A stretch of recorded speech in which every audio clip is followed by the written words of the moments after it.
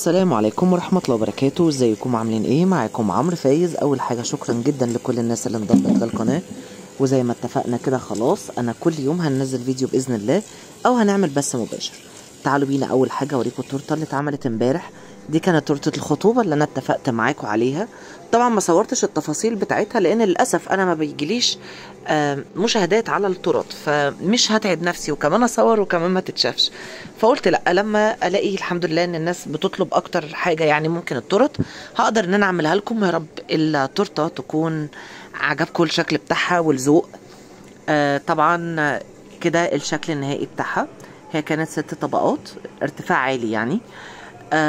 وده ورد، ده ورد طبيعي هو مطلوب كده، بس انا كل وردية محطوطة في التورتاية ملفوفة من تحت بستريتش راب علشان طبعا الطعم ما تتفاعلش مع اي حاجة في التورتاية.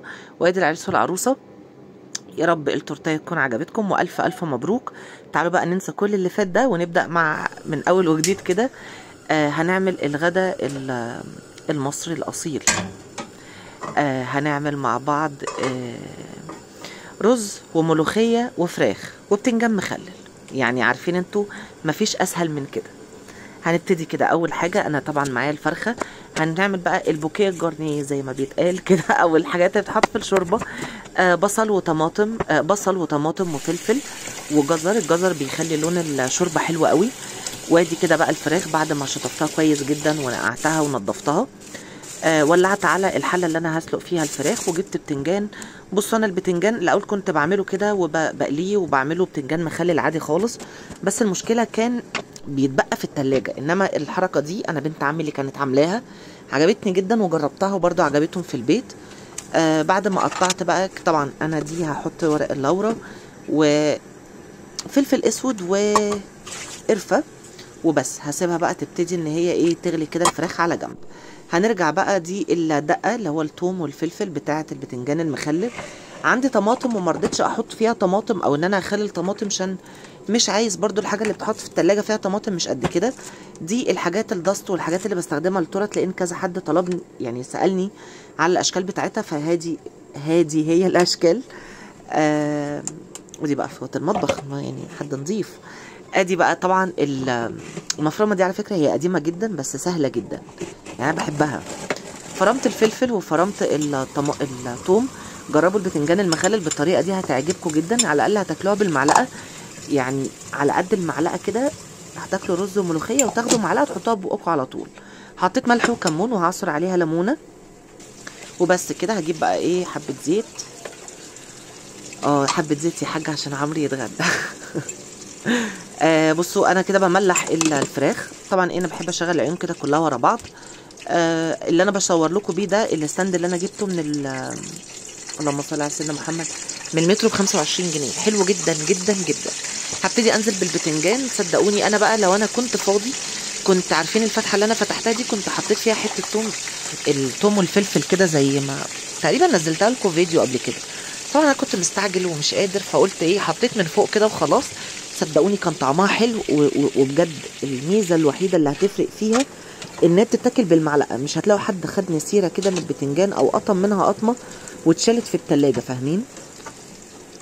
وباذن بصوا البتنجان ده اصلا ما بيشربش زيت، فان شاء الله هتجربوها كده وهتعجبكم جدا. انا بالنسبه الاكله دي انا بحبها ان كانت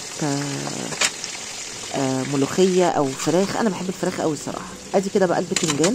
على فكره يا جماعه انا عندي الحله اللي انا عامل فيها الرز دي التيفال، انا ما بستخدمهاش غير الرز بس، لان كذا حد قال لي هو انت ليه بتستخدم ألمونيا؟ هو لسه في حد بيستخدم ألمونيا؟ معرفش. انا بحب الألمونيا يعني معلش.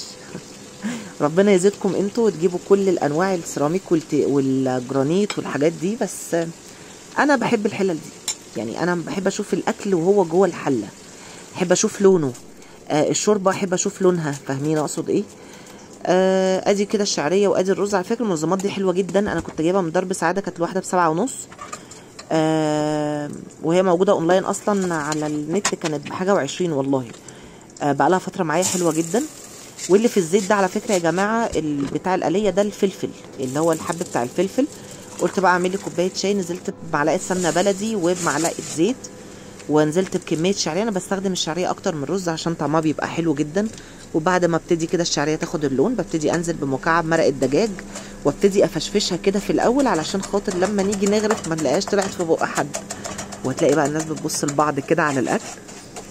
بعد بقى ما عملتها الشعريه انا بحبها اكتر بكتير. الشعريه ما بتخليش الرز يعجن، يعني لو في ميه زياده الشعريه اللي بتشربها مش الرز، وبيخلي طعمه حلو. لو جيتوا شلتوه في التلاجة وطلعتوا تسخنوه مثلا في الميكرويف او في الحله، حطيتوا نقطتين ميه وحطيتوا الشياطه كده ووطيتوا النار، بيبقى حلو جدا جدا جدا. ونزلت عليه بالمعلقتين بتوع الملح، قلبت كويس، وبعدين ابتديت انزل عليه بالميه السخنه وحطيته بقى. اول ما ابتدى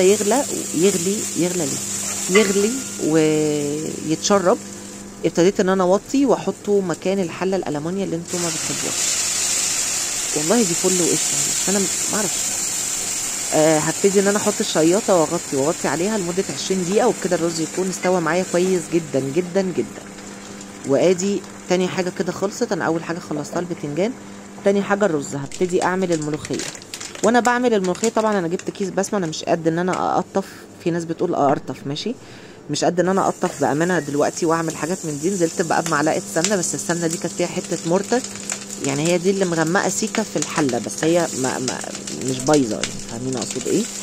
وهبتدي ان انا انزل عليها ببشره طماطمايه كده بشرتها، بتخلي الملوخيه في حته ثانيه جدا. وبقى طبعا نزلت عليها بفصين من الثوم الاول. وانا بقى بعمل ملوخيه ابتديت ان انا اولع على الزيت عشان احمر الفراخ. يعني كده انا الحمد لله خلصت كل حاجه. دلوقتي بقى بحط حبه كزبره ناشفه كده. خلصت البتنجان والفراخ سلقتها بس هحمرها، والرز خلص. وادي برضو مكعب مرق الدجاج. يا رب ابطل مرقه الدجاج دي. انا بجد بشكر جدا كل الناس اللي بقت تعلق لي، والناس اللي هي بتتعامل مع القناه ان هي بيتها التاني، ان هم مثلا بيشوفوني عملت حاجه بيجربوها بتعجبهم جدا. بجد شكرا جدا جدا جدا. مش عايز اذكر يعني اسماء، يعني علشان بس ما انساش اسم. كتر خيركم بامانه. بعد ما كده ابتديت ان انا اقلب كده شويه. معلش هنا انا بغسل الصوت بتاع الغساله طلع فجاه.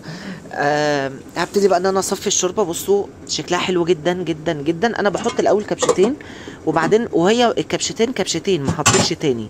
انتوا ممكن تستخدموا الاول كبشه واحده وتسيحوا الملوخيه، ولو محتاجه شوربه تزودوا. انما لو انتوا زودتوا الشوربه وبعدين حطيتوا الملوخيه وبقت مايعه شويه، ملهاش حل. وهي كده كده بتتقل سيكه يعني برضو، بس انا ما بحبهاش تقيله. يعني انا ما بحبش الشوربه الملوخيه تكون تقيله، فاهمين اقصد ايه. ابتدي بقى كده هنزل بقى الفراخ في الزيت، وهبتدي ان انا ادوب برضو في الملوخيه. الاكل النهارده كان سهل وما خدش مني وقت. معلقه سمنه بلدي، ونزلت عليها بكام فص من الثوم العسل دول، حبه كزبره ناشفه، وبقلبهم الاول وبعدين بحطهم على النار. تمام. وتخلي بالكم كده ان ممكن مش كل اول ما تاخد لون تروحوا ناشلينها على طول. ودلوقتي هسمعكم صوت احلى طشه في الدنيا. يعني تعالوا بقى بينا كده.